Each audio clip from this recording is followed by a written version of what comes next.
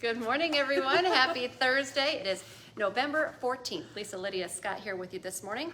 We're live on Facebook every weekday morning with your top morning news and weather headlines. It stays on your feed, though, throughout the day, so you can watch it whenever it works best for you. Plus, remember, we make it into a podcast. You can check it out at inform.com/podcast and just look for the Inform Minute. All right, we got rid of the wind this morning, and we're trading it for some fog. Yes, so with everything being calm and that moisture kind of left over from yesterday, whether you had clouds or even some rain or sprinkles like we did here in Fargo, that's all just sitting there. And so with the calm air, it turns into fog, especially with the cooler air too. Yep. So we're soupy this morning. Here in Fargo, we've actually gotten a little soupier within the past half hour, 20 minutes. Dense fog advisory through eastern North Dakota until 10 o'clock this morning. So still about 2 hours to go. We're waiting for the wind to pick up a little bit. It's not going to be as windy as the past few days, but enough to just kind of shake things up, move this fog out of here. It'll be about 5 to 15 miles an hour. So this fog is lingering through your morning drive, your coffee run, breakfast, mid-morning. We're still a little bit soupy. As the sun gets higher in the sky, even though we don't see a ton of sunshine today, it does help to kind of evaporate off the fog, and the wind picks up too. So by lunch, the fog should be gone. Then we'll work in just a couple peaks of sunshine here or there. They're few and far between, but it's possible you see a peak of sun before sunset tonight. Of course, that happens so much earlier now, closer to about 5 p.m. Ugh. I know, wild.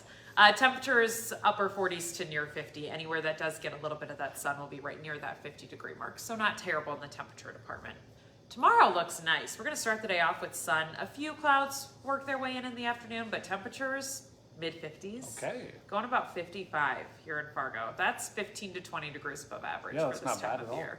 Not bad. Again, if the sun didn't set so dang early, you would have like time after work to enjoy the nicer temperatures. It's going to be about 3 o'clock is when we hit our peak temperature this time of year. Then into Saturday, we're cloudy once again, so we cloud over. We're dry during the day. Later Saturday evening, I'll watch for a little system to move through, mainly for areas north of I-94, but Fargo could see a sprinkle or two out of that. Maybe a snowflake mixing in at the international border with no accumulation expected yet. That system slides off to the east pretty quickly. It's really an overnight situation. By early on Sunday morning, a lot of that saturation, a lot of that moisture is then gone, be it rain or snow. That clears out. The second half of your Sunday looks dry. Monday looks dry, partly cloudy and temps in the 50s, and then everything changes. Then winter's arrived. And then hello winter, yes, pretty much like that, which is, it kind of feels like that always happens around here. We go from like one to the other within 24 hours.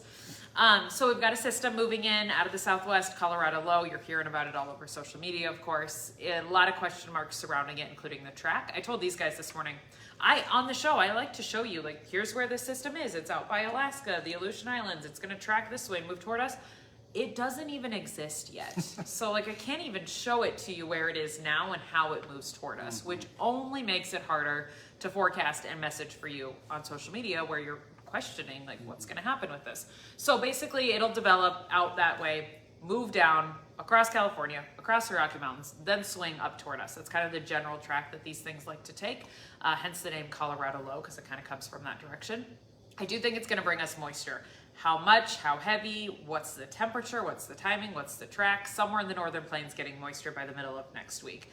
A lot of question marks still though. I do think there's a chance we could see our first snow next week. I'm not ruling that out, but I can't tell you how much snow or really even the biggest impacts with it because temperatures can make a big difference.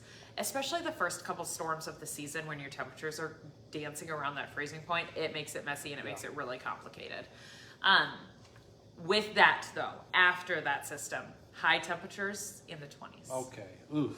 High temperatures, like your daytime highs only in the 20s about 1 week from right now. Yeah, that's Ooh, that's sharp. Yeah, I haven't gotten my winter coat out yet, and I'm thinking next week I need to like trade it, like give up the light jacket, you know, right? Yeah, just give Stop it. being the stubbornness and just wear the winter coat next week. Let's do it, Lydia. I know. Thanks, guys. Okay, well, today Fargo police are expected to release the name of a man who was shot and killed by officers. It happened in the Deer Creek neighborhood in southwest Fargo. Officers were called to that home several times yesterday morning, starting at 7:30 in the morning. The 65-year-old homeowner called for medical reasons, but then made suicidal comments. Shortly after 10 o'clock in the morning, the man came out of his home with a handgun, and that's when 2 officers fired their guns, killing the man. The names of the officers, we're expecting to learn those names tomorrow. Also, we do know at this point, North Dakota Attorney General Drew Wrigley will be reviewing the case.